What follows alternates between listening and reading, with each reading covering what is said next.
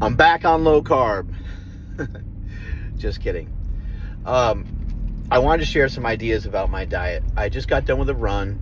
I just ate a banana and a Perillo protein bar that has some maltodextrin carbohydrate in it. So sometimes I utilize that post-workout, sometimes pre-workout, kind of depending. But I am going to go work out again in about an hour from now.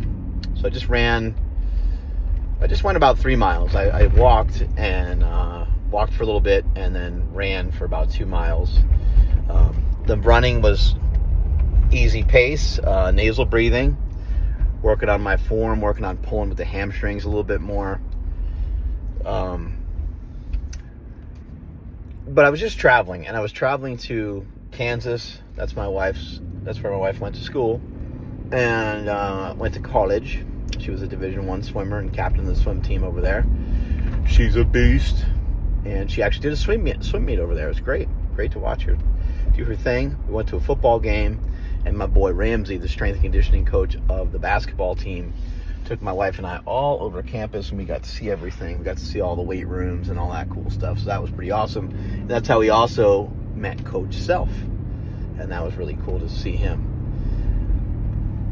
But what I wanted to share with you guys is that all the different explorations of my diet have been very useful. So some people, they'll get on my thing and they'll be like, "You're flip-flopping. What's wrong with making some changes?" I've done a lot of different styles of nutrition, and I like a lot of them.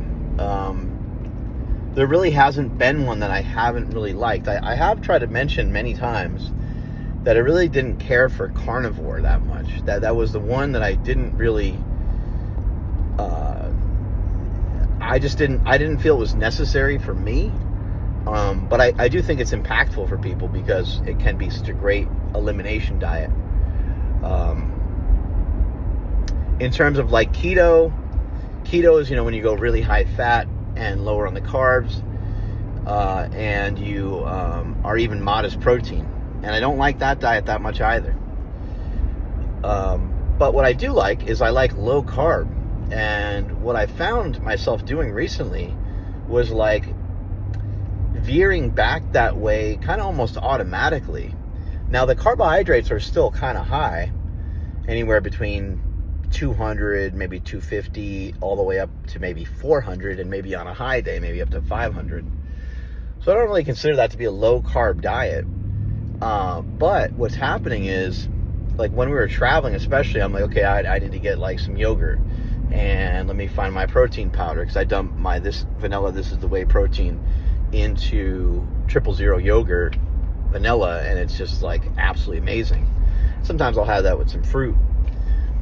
But because of fasting, because of the low fat diet, and because of low carb diets, I just have found like all these different weapons to utilize appropriately in all these different places and spots. So I pick and choose. I just shot a video recently about amplifying everything, and amplifying your diet, and amplifying your protein, and trying to get that protein up, and trying to, protein per calorie, right, is what you're kind of looking for. If you got a ribeye and you got 60 grams of fat and 55 grams of protein, or 60 grams of protein, that's an enormous amount of calories to sequester that amount of protein.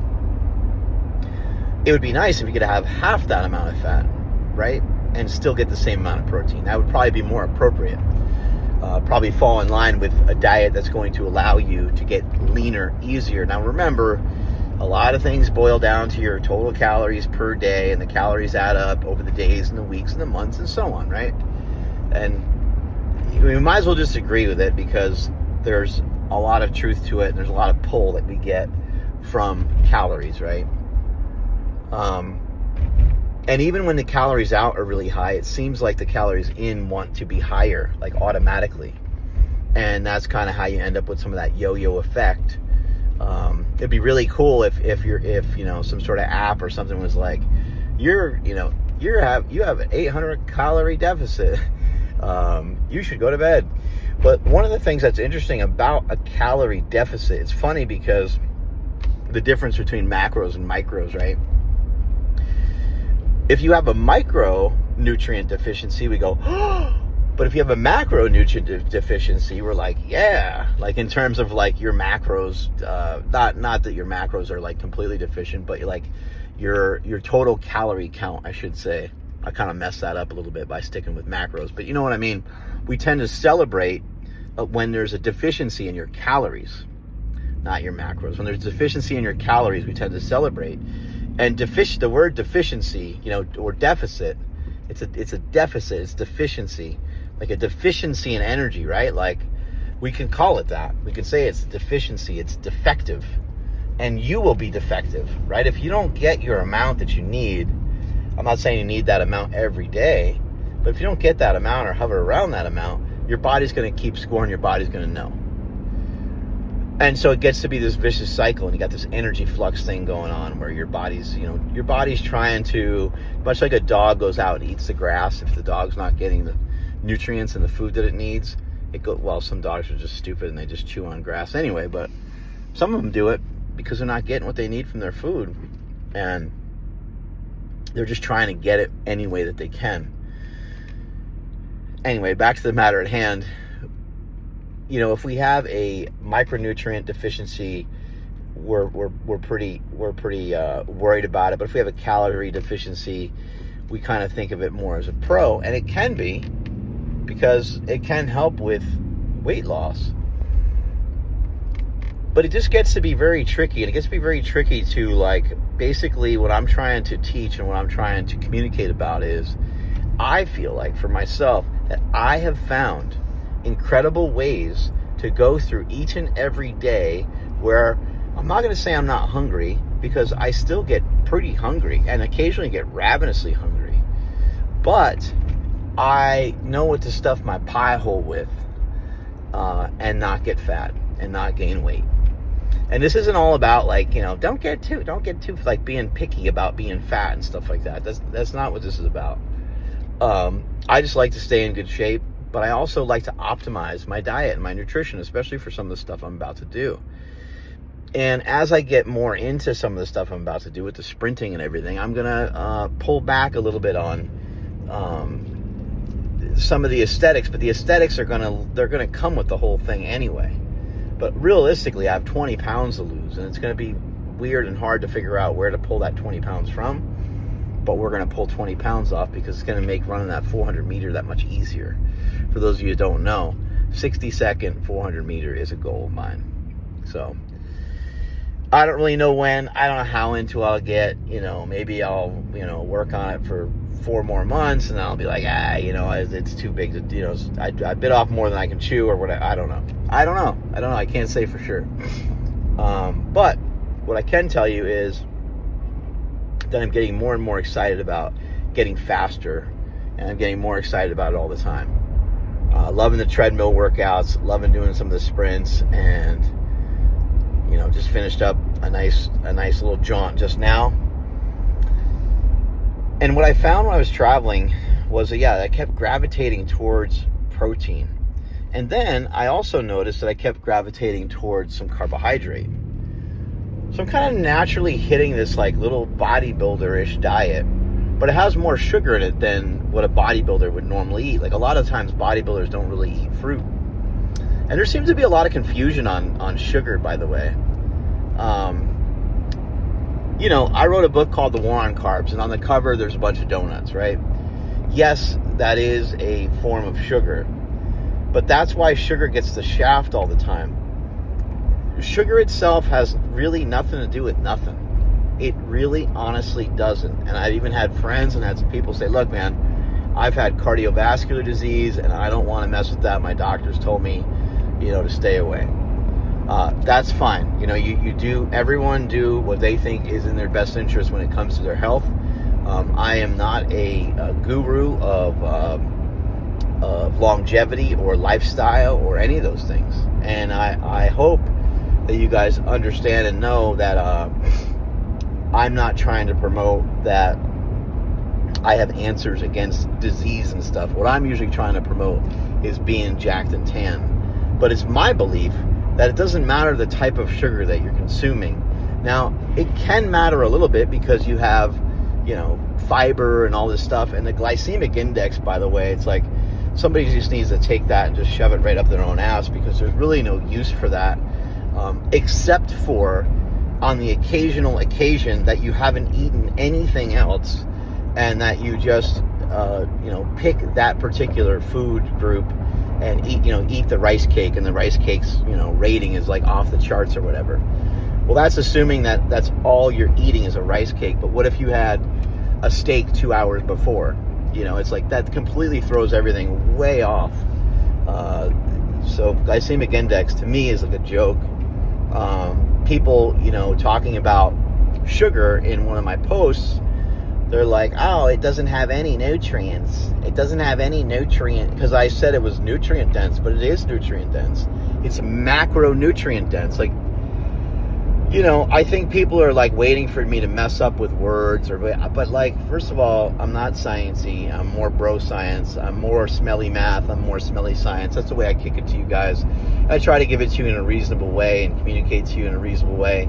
You guys know that I hate calories, and I think that counting calories is for calorie counting cunts, and you know where I stand on all these things. But even though I say all that stuff, I'm still a reasonable person and still understand that, yeah, it can be really important for somebody to count calories. And it's been very effective for hundreds of thousands of people to count and track their calories and be accountable in that way. Much like it would be the same, wouldn't be all that different if they weighed themselves every day or every other day.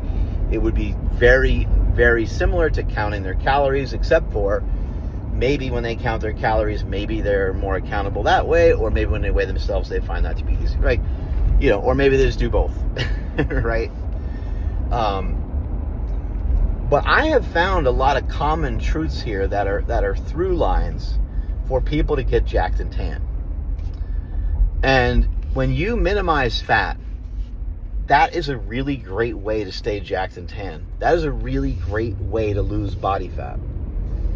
Now, if you're, having hundreds and hundreds of carbohydrates in replacement of the fact that you're not eating any fat and you're antsy all day and you just keep eating and eating and eating because you're not getting that real satiation that you might get from some fat, because fat, does take longer to digest, and that fat has satisfaction to it, right? It's beautiful out here right now. It's my windshield. It's got millions of bugs on it, but it's just absolutely gorgeous out here in Dixon, California, where I live. The sun's going down. It's just super, super pretty.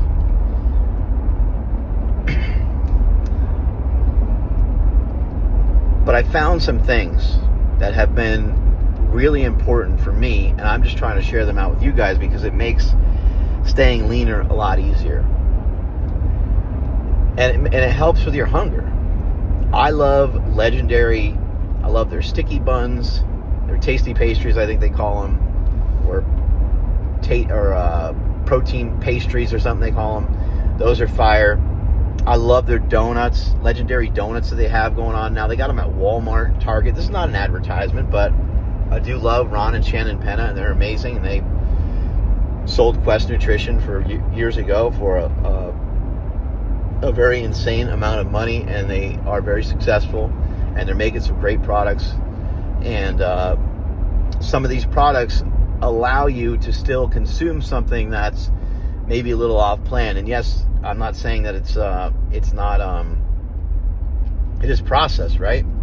It's processed stuff, and so is my steak shake, and so are some of those other things.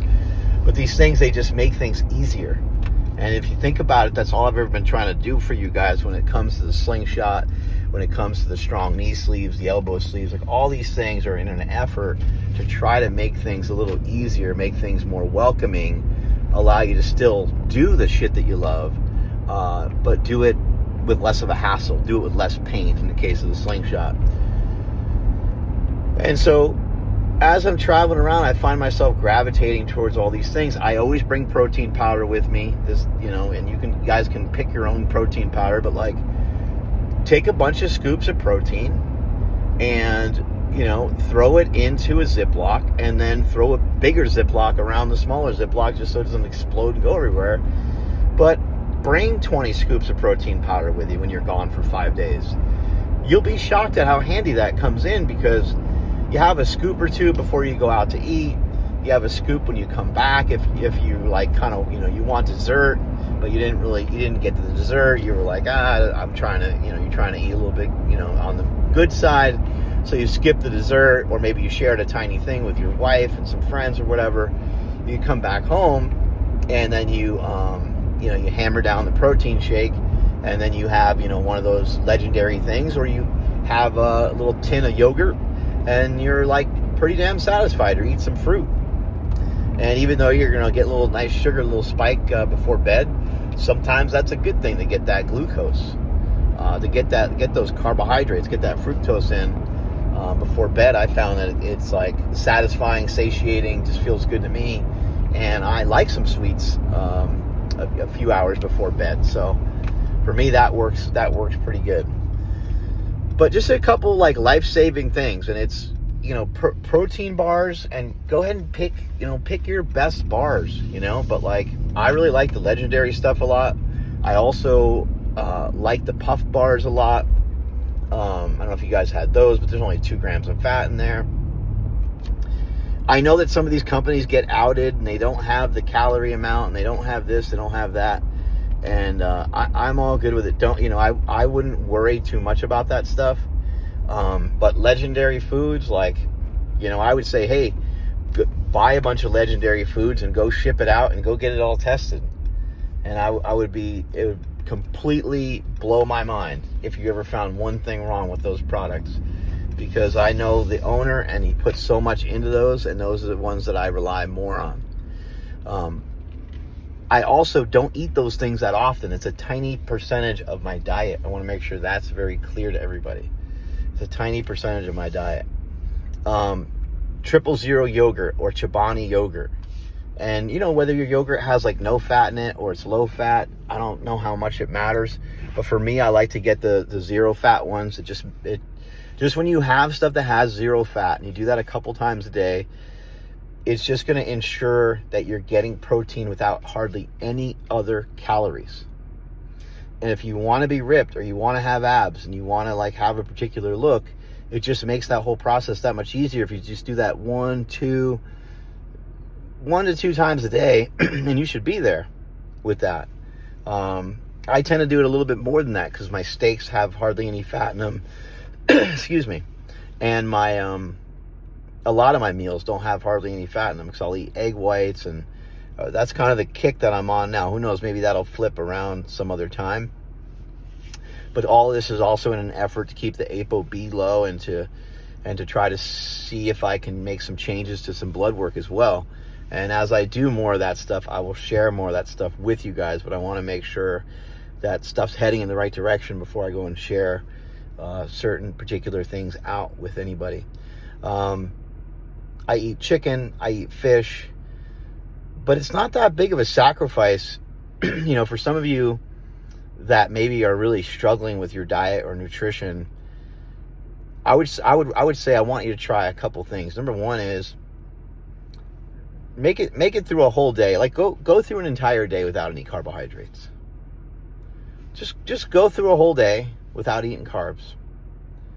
Just go through one day without eating carbs. You're going to learn something. Maybe a day or two later, have some breakfast, and then don't eat again until 6:30 p.m. or something like that. Do like, a fast or something. You're going to learn some things. You might learn that you binged like crazy at 6:30 at night, and it didn't really work great. And all you can think about is food all day.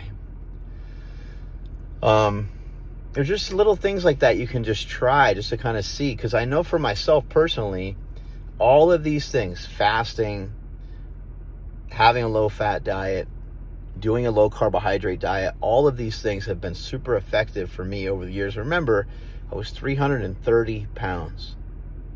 I was 330 pounds. And it was hard to reverse my way out of that. It was hard to come back out of that. It took time. People always ask me, how long did it take you to lose the weight? And I always say it took like 10 to 12 years. Because it took 10 to 12 years to not only lose the weight, but to keep the weight off, more permanent. The other thing you're going to want to try to do is, jack that protein up. You hear people talk about that a lot. I don't think your protein needs to be 1 gram per pound of body weight, but it should at least be about 1 gram per pound of lean body weight. But a lot of times people don't know what their lean body weight is. So you can also go, you know, if you're fat, if you're like pretty fat, and let's just say like, you know, someone's like, how do I know? You know if you're pretty fat or not. Just 0.5 your body weight, and that's probably good enough for protein. So if you're 300, you know, and you're not, you know, like a champion power lifter, or you're 300 plus, just times it times 5, and that's, you know, 0.5. Sorry, that would be your you know, how much protein you're gonna have. Basically, just cut it in half, right? Cut it in half. So if you had, if you weigh 300, you're gonna have about 150 grams of protein a day, because you know, you might just not have that much muscle mass, and you can go higher than that. Obviously, you can get closer to 200, but I don't think you need 300. In fact, I think it would be like extremely rare cases for anybody I can think of to really need more than need more than like 200 to 180 grams of protein. So we just don't need crazy amounts. However, if you can overload on any macronutrient, I would say that carbs might be preferable to overload on, kind of, but I would say that you can overload on either one of them. Like, you can overload on carbs or protein. I don't see that big of an issue with it. The only thing is, so for me, in my head, I just think protein, because I like protein shakes. I like protein derived things, but I guess at the end of the night too, if I was just still hungry and really wanted to eat something, I could see just smashing, you know, a ton of watermelon or something like that, or eating like an apple and a bunch of grapes or something like that too. So you can kind of go either way with either one of those, but I would mainly lean more on the side of protein. They say that fat turns into fat the easiest, carbs turn into fat the second easiest, and protein turns into fat the third easiest. These are all just, this is like, you know, total smelly bro science type stuff. This is not, but protein, you know, you can protein leverage, and it will help to drive down your hunger. And when you eat more protein and you do it over time, it will help to drive down your calories.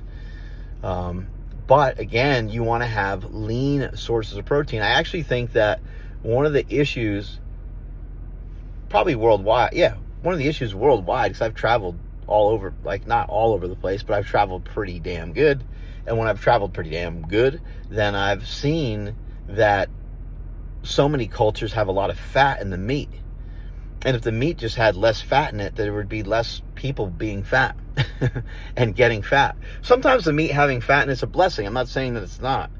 I mean, we could say, hey, look, man, God put it there for a reason or something like that, right? And I wouldn't disagree with you, but we're just in a time where we just overeat. So we need like to figure out something else, because so many things have fat in it. Milk has, you know, a bunch of dairy has fat in it. Your cheese is 1-to-1. Cheese is, 6 grams of fat per, 6 grams of protein. An egg is 1-to-1. Bacon's 1-to-1. Like, all these things are like 1 gram of fat for every. It's like we're sacrificing consuming too much fat at the expense of trying to get protein. So if we just share with people all the time to get protein, that's not really good enough. If you're getting 20 grams of protein but you're getting in 10 grams of fat, I don't think that's the right way to do it. Doing that a little bit here and there, I think is fine, but it's going to add up. You start to do that too many times in a day, and you start to get over the amount of fat calories. I think if most people kept their fat grams in a 50 to 60 range, male, female, almost regardless of their size, there are individual cases for, very particular things. But I do think that if people kept their fats in that range, that not only do they have enough fat for all the hormones and all the other stuff that they need, but they should be able to be very lean. Now, look, if it's someone's already lean and they're trying for more performance, then I would up the fats for sure. Like, there's no reason to be sputtering around and having this, big caloric deficit. When you're trying to be an athlete and you're trying to kick ass, you want to, not necessarily be in a caloric surplus, but you probably want more intensity, you probably want, so that's when you bring the fats into the 70s, the 80s, 90s, and maybe even a little over 100, depending on the person and depending on how much carbohydrate they like to utilize. It really just depends on the person. But yeah, in my travels, I kind of found myself just leaning a little bit more towards protein, and I was like, I'm going to share some of this out. My wife and I, we try to get Airbnbs. I know that everyone's finances are a little different, but like, just do your best. Do the best that you possibly can. It will pay off. It will take a long time, but try wherever you can, whenever you can. Like when you get into a new town or a new city, think about exercise and food, exercise and food, exercise and food. Whether you travel to Vegas, whether you travel to Florida, whether you travel to Los Angeles, no matter where you go, you know where you're going in advance because you booked it yourself. Take some personal responsibility. I'm not saying like be a stiff and just be like, I'm going to eat chicken breast the whole time. But my wife and I, we stumbled upon, like, New York City has the best food in the world. And you can take that so many different ways, right? Like, you can go hog wild there and gain 12 pounds. I didn't gain any weight while I was gone. I probably by tomorrow I'll probably notice a net loss of maybe a pound or two since before I left, which is of no significance, right? But I also didn't gain weight, which is critical. Why? Because I had my exercise in my head. Pretty much the whole time I knew that I probably wasn't going to lift, which I didn't, which is nice. I didn't ride a bike. I didn't do anything like that. All I did was walk. I didn't do any squats. I didn't do anything. I did a little bit of like mobility squats, a little bit of that kind of shit, a little bit of moving around, but just walked some hills and walked, 20, 30,000 steps a day. And that felt great, and that felt plenty, and now I'm refreshed, and now I just ran, and now I'm about to go lift in about 25 minutes or so. But you can set yourself up. You can set yourself up for success so easily. I've talked about fat-proofing your home before, much like you have to child-proof your home when you have a baby. You have a little kid, you have a toddler, and you got to make certain arrangements and do certain things, right? When you have that toddler, you have to prep the house. Well, always prep your house. Always prep your living conditions, your living situation for yourself to live in a way that is reflective of you taking care of yourself. We went into the store and we got a bunch of fruit and we got a bunch of chicken breast, and it was awesome. We got like lemon chicken breast that was already cooked, and yeah, it's expensive, it's pricey, chopped up fruit, it's pricey. I understand not everybody makes the same amount, not everybody has the same luxuries, but we could have just as easily went to a less expensive place, got regular fruit and chopped it up on our counter, bought chicken from the market and cooked it up, or bought like a less expensive rotisserie chicken or something like. There's always options. There's always opportunities.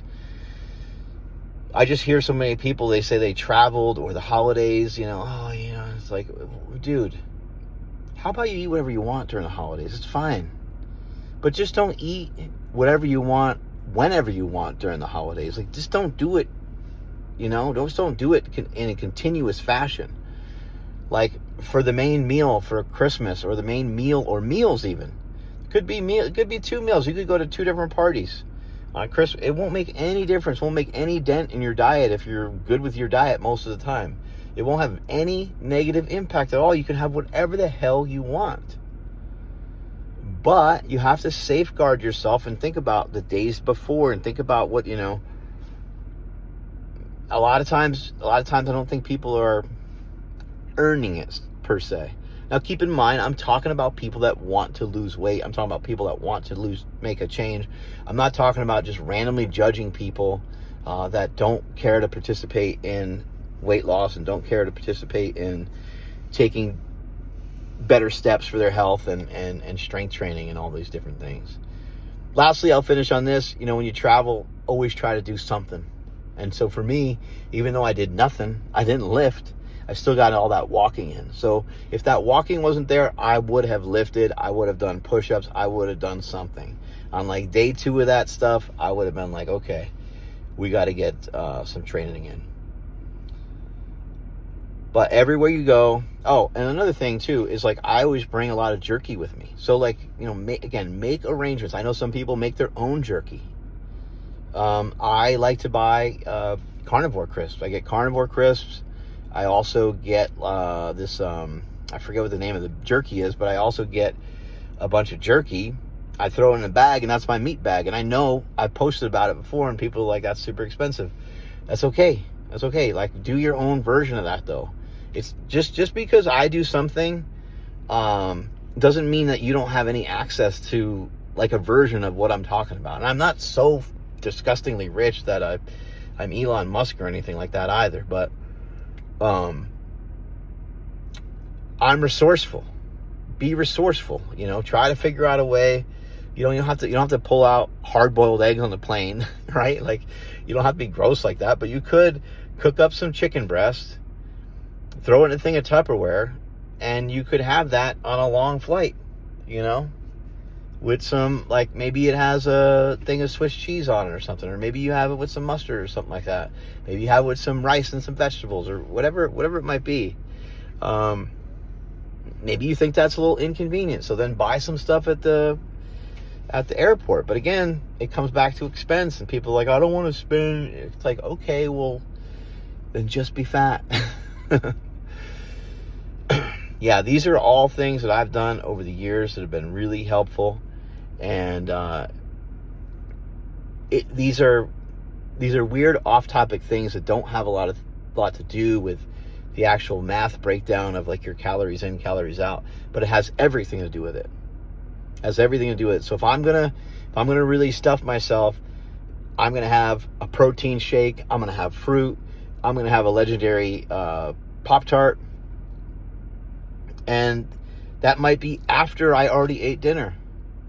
And I know it doesn't sound like it doesn't sound like I had some crazy binge or anything, but it kind of, for me, it feels like I had a mini binge, and it feels good, and then it kind of relaxes me, and then I'm over it. And then the next day I don't have to do that. So that's why I'm sharing some of this stuff. As I mentioned many times before, I think a lot of people don't necessarily need a strict diet, but they could really utilize a plan that prevents them from binging. So think about your biggest enemy, think about your worst time of day, and work your way backwards from there. What is defeating you? It's probably not 7 a.m. Or maybe it is, because maybe you skip breakfast every day, which is another thing that could be another practice that you pick up, is like hammer a good breakfast every morning. Like, just wake up, cook up a bunch of egg whites, throw some vegetables in there, or get some pico or some salsa, or maybe even a little bit of cheese or turkey bacon or something, and just hammer it. Like, and just forget about it. Like, every meal that you have does not have to taste like so amazing. And it could taste amazing if you wanted it to. You can make some, big old thing of egg whites and oatmeal, or egg whites and rice and grinds or some shit like that, and just, you can make something that tastes really good. It's just probably the better that it tastes, probably the longer that it will take you to make it. But if you have something awesome and satisfying for breakfast, it should help you later on in the day. It might not feel like it will, but over time it will help you with those cravings at night. Most people that are trying to diet and trying to be less fat, they do okay during the day, and then the demons come out at night. When it gets dark, that's when the demons come out. Maybe other family members go to bed, and you're like, it's go time. And you're just sitting there watching reruns of SportsCenter, stuffing your fat freaking face, getting fatter and fatter and fatter every single time. Stop doing that shit. I just taught you how you can stop doing it. Strength is never a weakness. Weakness is never strength. Catch you guys later. I'm going to go lift. Bye.